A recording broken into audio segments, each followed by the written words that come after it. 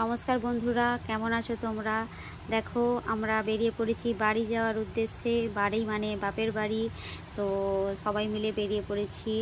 একটা গাড়ি ভাড়া করে নিয়েছিলাম, আর এদিকে আমার বর ব্যাগগুলো সব গাড়ির মধ্যে তুলে দিচ্ছিল। তো আমরা চার বোন মিলে বেরিয়ে পড়েছি।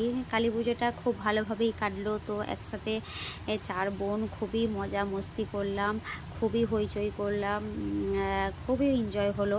তারপর আর কি, ভাইফোঁটার দিন তো বাড়ি যেতেই হবে। তো সেখানে সব ভাইয়েরা যেহেতু ওয়েট করছে, তো সবাই মিলেই বেরিয়ে পড়লাম তাড়াতাড়ি।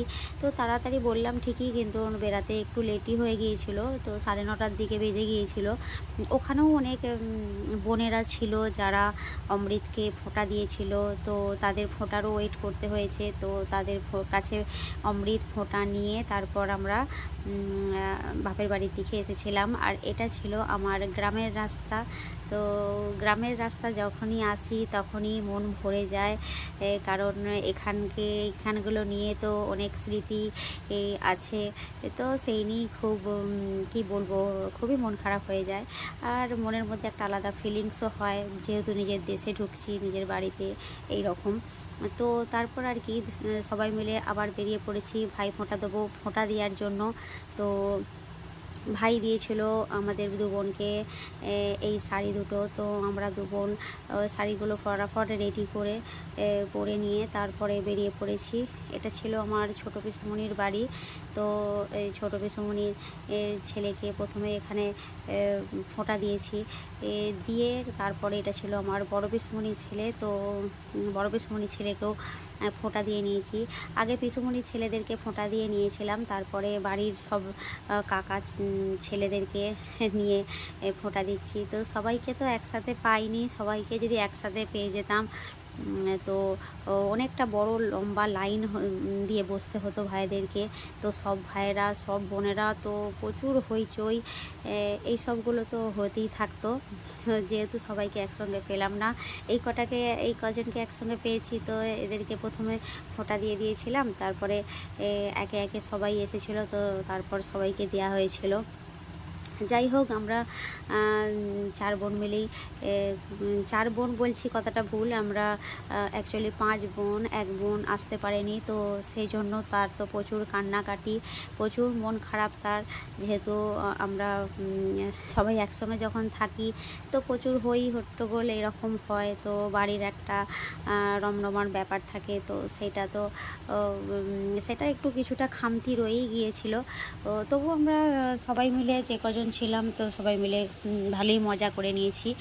আর এদিকে দেখো, অমৃত আর অদ্রিজ বসে আছে, আর আমার ছোটো কাকিমা ওদেরকে ফোঁটা দিয়ে নিচ্ছে। আর অমৃতে দেখো, ও আশীর্বাদ করবে, ও ফোঁটা দেবে, এই রকম ওর ব্যাপার। আর দেখো ছটফট করছে, ওর অতটা ধৈর্য নেই, প্রায় কি বলবো, ধৈর্য হারাই হয়ে আছে। ও কোনো রকমে ফোঁটা নেবে। আর তো প্রথমেই বলে দিচ্ছে আমি আর মিষ্টি খাবো না, এরকম বলে দিচ্ছে। তো এটা আমার মাও তার বাপের বাড়ি যাবে, তো সেই জন্যই ও আগে চটফট করে দু ভাইকে ফোঁটা দিয়ে দিচ্ছে।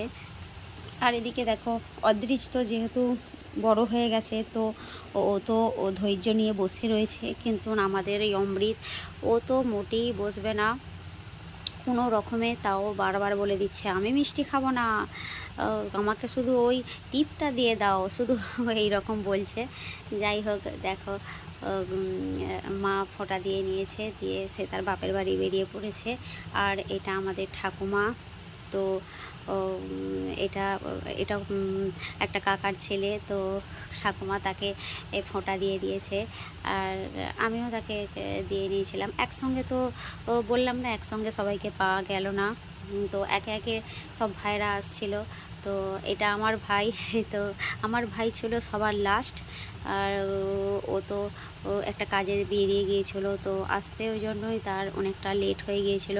তো যাই হোক, একে একেই এবারে দিতে হলো। নাহলে এক বছর এমন হয় সবাইকে একসাথে পেয়ে যাই, সব বোন, সব ভাই, সব একসাথে থাকি। তখন একটা আলাদা ব্যাপার হয়ে থাকে। একা একা দিয়ে দিচ্ছি ঠিক আছে, কিন্তু তখনের একটা আলাদা ব্যাপার থাকে। সবাই একসঙ্গে হই হই একটা আওয়াজ, এইটা একটা হয়ে থাকে। দেখো ঠাকুমা এসেছে ভাইকে ফোঁটা দিতে। ঠাকুমারা সবাইকেই সব কটা ভাইকেই তারা ফোঁটা দেয়। তো ভাই ফোঁটার দিন মানে তো একটা আলাদা বাঙালির একটা অনুষ্ঠান, যেটা খুবই ভাই বোনেদের খুবই একটা আলাদা ব্যাপার থাকে। আর এদিকে দেখো অমৃতের বাবা তার 2-3 দিন বাদ এসেছিল। এসেই দেখো আমাদের যেহেতু সামনেই পুকুর, তো এসে একটা মাছও ধরে নিয়েছে। তার একটু মাছ ধরার নেশা আছে, তো সেই জন্য যখনই আসে তখনই ছিপ নিয়ে বসে পড়ে পুকুরের সাইডে, দিয়ে মাছ ধরার চেষ্টা করে। যাই হোক প্রতিবারে একটা করে হলেও সে পায়।